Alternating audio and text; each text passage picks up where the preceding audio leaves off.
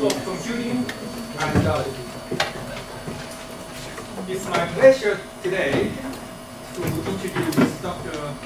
Emmanouil Benetos, who is the senior lecturer from Emmanouil University of London. And I'm very pleased that he has agreed to give a tutorial on a very interesting topic called automatic music transcription. And I think since everybody registered, I expect you to have read this announcement, including his biodata. I don't want to waste time due to the setup time, and then today the stage belongs to you. Okay. Thanks very much. And also thanks to Professor Wang Yi, who organized this research visit and the tutorial. And thank you all very much for coming. I hope this would be an interesting 3 hours, and sorry for the slight delay. There were some audio-visual problems that we had to address. Before I start, can I have a quick raise of hands? How many of you, which of you are from computer science? Okay, so there's a good bunch of people who are not computer science. That's great. Anyone from a music background? Great. Anyone not from the US? Okay, that's excellent. So I'm very pleased that there's a diverse audience. So for this tutorial, I guess that there will be some computer science-y stuff being presented, and if this doesn't make sense, I would please welcome you to interrupt me and ask any questions you might have. Likewise, there might be some things which are about music or musicology. Likewise, if you don't understand some of the terms I'm using, please feel free to interrupt me. Generally, this tutorial is mostly meant for people who have some computing or digital expertise and some familiarity, not maybe formal training with music. That's the idea, anyway. So for this tutorial, I've also set up a small website, which is in the URL there. Feel free to go there. You can download a small PDF with the handouts of these slides. And also throughout this tutorial, I'm going to be referencing some papers. You'll see sometimes some citations with last author name and some year. It might be a bit puzzling, but if you go to this website, there's also a bibliography file which has all the complete references that I have been using if you want to dig deeper into some of the topics I will be presenting there. Also, in this website, you'll find some links for downloading Sonic Visualizer, which is a tool I hopefully will showcase in the second half of the tutorial, as well as some music examples that I will be demoing also hopefully in the second half of the tutorial. This tutorial was part of an ongoing process. I have been working in this topic for a few years now, and this came into being as a collection of works that I've done along with other people, Simon Dixon, who's at Queen Mary, Anssi Kapuri, who's a musician in Finland, Jia Duan, who's at Rochester University in the US, Rodrigo Schramm, who's at the Federal University of Rio Grande do Sul in Brazil. So it's quite a diverse sort of group of people who have been working along with me on this topic, and sort of this tutorial is a collection of our sort of combined views on this matter. So what are we going to do for the next 3 hours or so? So there's going to be an introduction on this topic. And then I want to spend some time before going into the automatic part to talk a bit about how humans transcribe music. So this is more related maybe to what we could call music cognition, the field of music psychology, music perception, and so on. And then I want to go into the meat of the presentation, which is section 3, which is the state-of-the-art research in automatic music transcription. Then some practical information about data sets and ways to evaluate these things, and how this problem relates to also other problems within the wider field of sound and music computing that Professor Yi Wang is working on. There will be a small demo as well, and then there will be another big chunk of the tutorial will be on more advanced topics in music transcription. Again, please do interrupt me at any point. I'm really looking forward to hear some good questions and some views about the subject. This is meant to be a slightly critical discussion about the transcription, so it's not meant to be sort of everything that I say will be hopefully with a critical perspective, and I also encourage you to be critical too. So what is exactly music transcription then? So when we say music transcription without the automatic thing in the beginning, we usually refer to having human subject, a music transcriber, who would either write something down in maybe in staff notation, in music notation, just by listening to that, or could maybe create an arrangement of another composition. So they have a score in front of them and they rearrange it into another score, or they listen to a music performance or a music recording and then they write down the score. So what is automatic transcription? Is a process for automatically converting an audio recording into some form of musical notation. And when I say some form, it could be human readable notation, so maybe something like that, staff notation, Western staff notation. But it could be also machine readable notation in the form of a MIDI file, or more advanced machine readable notation formats such as Music XML or MEI, which are now widely used in the digital music community. The process from coming from this part here, which is the waveform, to this thing here in the bottom, which is the actual score, is a tricky one, and there's only a handful of methods that directly go from here to there. Usually we have to do something in between. We have to compute maybe an intermediate representation, which identifies some core objects of music. This could be notes, pitches, onsets and offsets, when a note starts and when a note ends. The onset is the starting part of the note, the offset is the end of the note. Stream or voice. You might have many instruments in your music recording. You might need to identify them and follow them over time. Loudness. There could be also, which is also related to estimating dynamics. And then we had also other aspects such as expression, articulation, and so on. And then we need, after we have identified all of these through the audio signal, the waveform, then we need to put them all together somehow in a way that could be potentially read by a human, so that is essentially what we call typesetting or engraving. It also implies as well that in the waveform, we refer to things in terms of time, in terms of seconds or milliseconds. When we have a music score such as this one, we refer to components in terms of, not in terms of seconds, but in terms of maybe beats, or downbeats, beat subdivisions. So it's a different sort of temporal resolution in a sense. So we move from the time level here to the beat level in the final transcription. So why do we care about this? So it is actually considered to be a fundamental and still quite open problem in the fields of music information research. You might have come across these terms, MIR, using a different acronym which stands for Music Information Retrieval. And also Professor Wang Yi is also referring to sometimes as sound and music computing, and I think some of you are in fact students from Professor's sound and music computing class. The field of music information research is aimed to essentially make sense of music data. And when I say music data, this could be audio, this could be scores, could be images in the sense of digitized manuscripts, could be video recordings from music performances, even could be gestural data from performers. And for transcription, there are many applications in this field of music information research. For example, on searching and annotating automatically music information.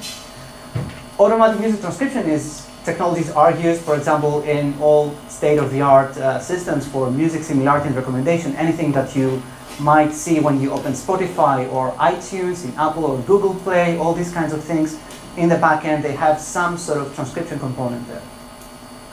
Also, interactive music systems. So it is quite widely used in the sense that maybe we want to create a system that does automatic music accompaniment. Maybe a music -1 kind of thing. So we perform and then the system is trying to identify what we are doing and follows along with us. Music education. It is being used for automatic instrument tutoring. Here at the US, actually, there has been quite a lot of research in this area. Music production. Ways of mixing, mastering, putting together music tracks in order to create new recordings. And then finally also digital or computational musicology, so the study of the actual field of music. And music transcription has maybe proven to be somewhat of a breakthrough from going beyond the study of manuscripts and scores towards maybe the study of audio recordings, and it is widely used nowadays in the area of systematic musicology or digital musicology, and especially also in the field of ethnomusicology, where there's usually not a score in hand. Automatic music transcription as a task, it's one of the many tasks found in music information research, and there are also quite a lot of connections with other tasks in music information research. For example, source separation. Let's say the problem of source separation is when we have as input an audio recording with multiple sound sources. Could be many instruments, could be instruments and singing voice. And we want to separate those waveforms. And the problem of recognizing the notes and the instruments from separating them is, of course, quite close, as is also score following. Score following is a problem when we have access to an audio performance, could be real-time audio performance, and we have also access to a score, and we want to align the performance with the score itself, maybe for automatic page turning, for instance. Structural segmentation. So this is the case, for example, where so this is a wide microphone, so hope I will trip over at some point, where let's say we have a music piece and we want to identify different segments within the piece. Maybe this is the A part, maybe this B is the chorus part, A, B, A, something like that.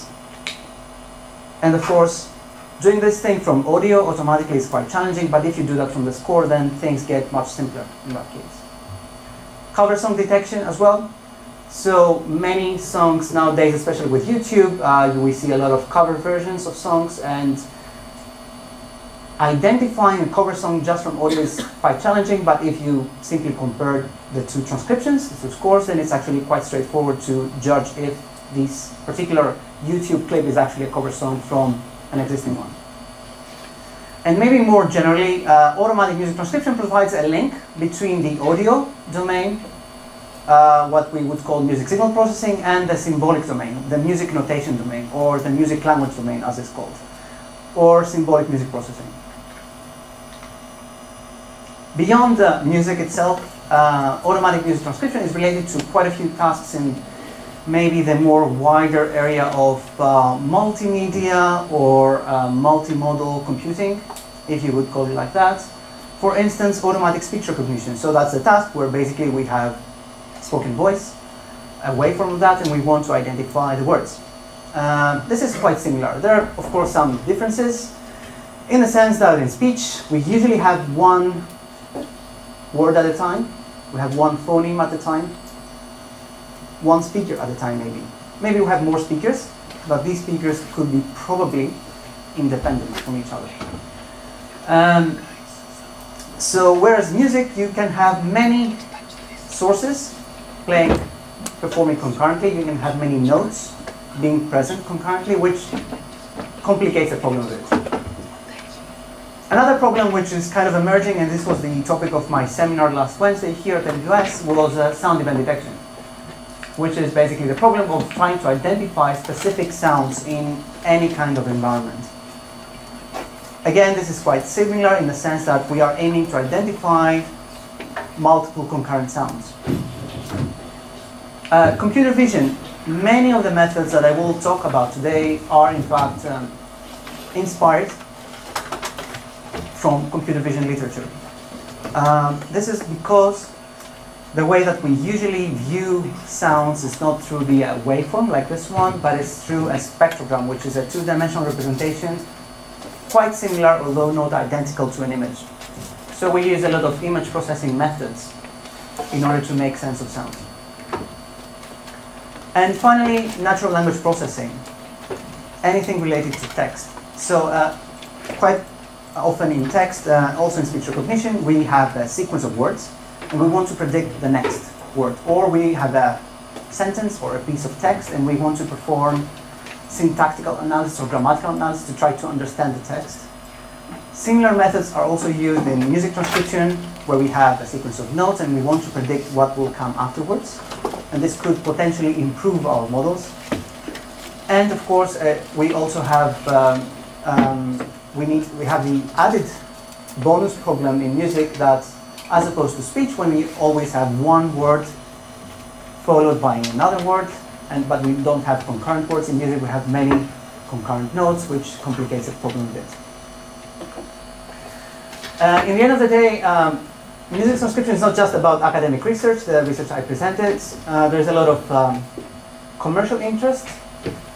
There's both social and economic impact to be found in music transcription. This is just a small collection of software tools that are commercially available. This is, for example, Sibelius, that has a music transcription plugin. Sibelius, to those who don't know, is one of the more commonly used music notation editors. This is ScoreCloud, for which one of its key components is to provide its users with the feature of transcribing automatically their acoustic performances. And Melodyne, which might be also another way of, it doesn't produce a staff notation in the sense that ScoreCloud might provide. It provides a sort of intermediate notation that identifies maybe aspects of the music performance as well as aspects of the score itself. Another maybe key component in the discussion of automatic transcription is the difference between what we might call prescriptive notation versus descriptive notation. In a nutshell, we could call descriptive notation maybe something like this, where we have some sort of representation that tries to identify what is happening in a music performance. And then we have prescriptive notation, so let's say a recipe, for instance, which is essentially that it doesn't capture the details or the intricacies of a music performance. It provides a recipe for other people to maybe try to reproduce a composition, possibly resulting to a different performance. The problem of automatic music transcription is divided into quite a few tasks. It's quite a holistic task by itself, and it's divided into several subtasks. One thing, and maybe the main thing we have to do towards coming up with a good transcription, is to identify the notes, the pitches. We call that sometimes pitch detection or multi-pitch detection to indicate the presence of multiple concurrent pitches. We have to identify, for every node, we have to identify their start and end position, both in terms of time, but also to quantize them in terms of our beats, our rhythm, our meter. We need to identify the instruments, and also, even more challenging, we need to identify every single note to which instrument does it belong to. We need to identify elements of rhythm and meter. We need to identify dynamics and expression. And then we need to put everything together in order to come up with a final score, at least in staff notation. Some applications of transcription don't require this kind of level of notation. They might simply require a MIDI file in terms of performance notation, so the timings would be in terms of seconds. Or it could be a more complex representation, such as MEI or music XML, where we do need to temporally quantize the music recording that we have. And the core problem, as I mentioned before, is multi-pitch detection. So this is a short segment of one of Bach's preludes.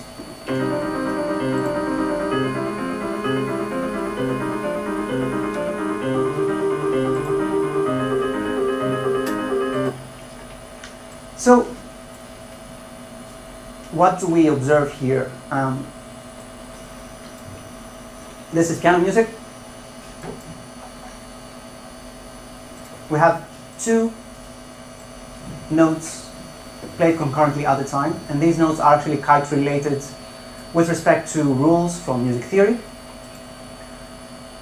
If we try to visualize the audio recording in terms of a spectrogram, which is this representation over frequency and time, so kind of like an image, we have this grayscale image in the back. What we see is a blurred sort of thing with a lot of frequencies. So every straight line, gray line here, represents a specific harmonic or frequency over time. A lot of noise in the low frequencies here because the recording quality that I played was not very good, because also the piano, as a pitched percussive instrument, you have hammers hitting the strings, which also creates some noise, some transients. And the challenge is, based on this blurry representation, to try to identify these red squares here, the red rectangles there, which are the pitches we want to identify, with a start and an end time for each pitch. And this is, in a nutshell, the challenging aspect of multi-pitch detection. So how difficult is it? I want you to sing now. So let's listen to a piece and try to transcribe or hum the different tracks. So I'm going to play the piece now, as loud as I can. I know it's not too loud here.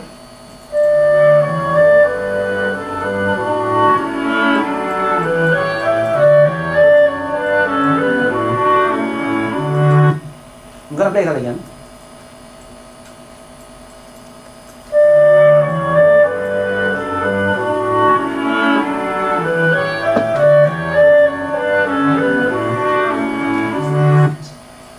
Okay, so who's now confident enough, I will help as well, to try to hum maybe the top melody?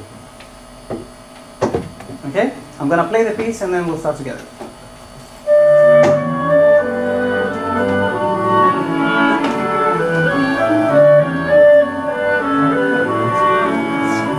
Great. Okay, you got it definitely. So yeah, if I play back a MIDI file of the top instruments,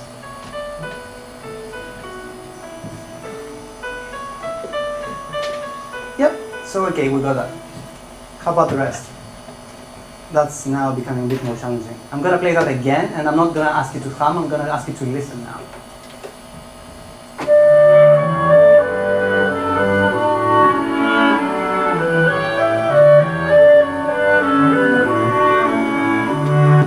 Okay, let's play that again and try to hum the middle voice.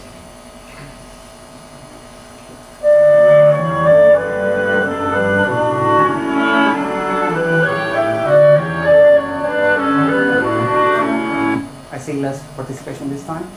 That kind of makes sense. Okay, I'm gonna listen to the piece again, no humming. Try to follow the low voice now. Oops, sorry, spoiler.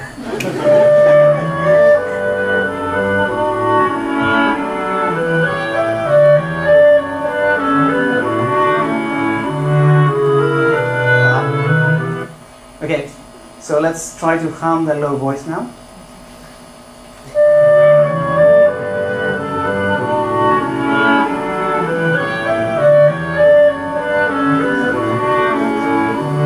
Yeah. So, how do they sound like actually?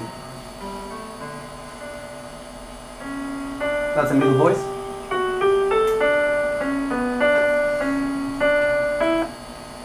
And the lower one.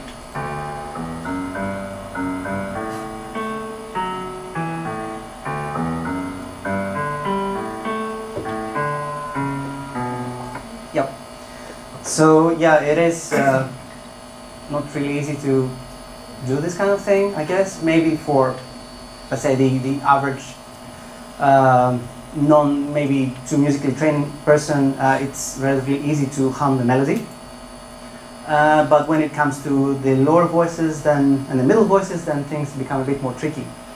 And often, in order to master the skill of transcription, quite a few years of musical training are required. So the challenge is, if we find it so difficult to do this thing, how can we make a machine to do that kind of thing? Sorry. Oh, okay. Sorry. So, however, there are some maybe more gifted people that have this kind of skill. So there was this anecdote from Mozart that allegedly he was able to recreate a complex performance entirely from memory just by listening to it once. And can we compete with that? That's the question. We're not quite there yet. So what are the challenges in doing this automatic transcription then? So as I said before, in speech recognition, which is a closely related topic, you usually have one word at a time, one phoneme at a time. In music, you have many concurrent notes, you have many concurrent sources, which complicates the problem.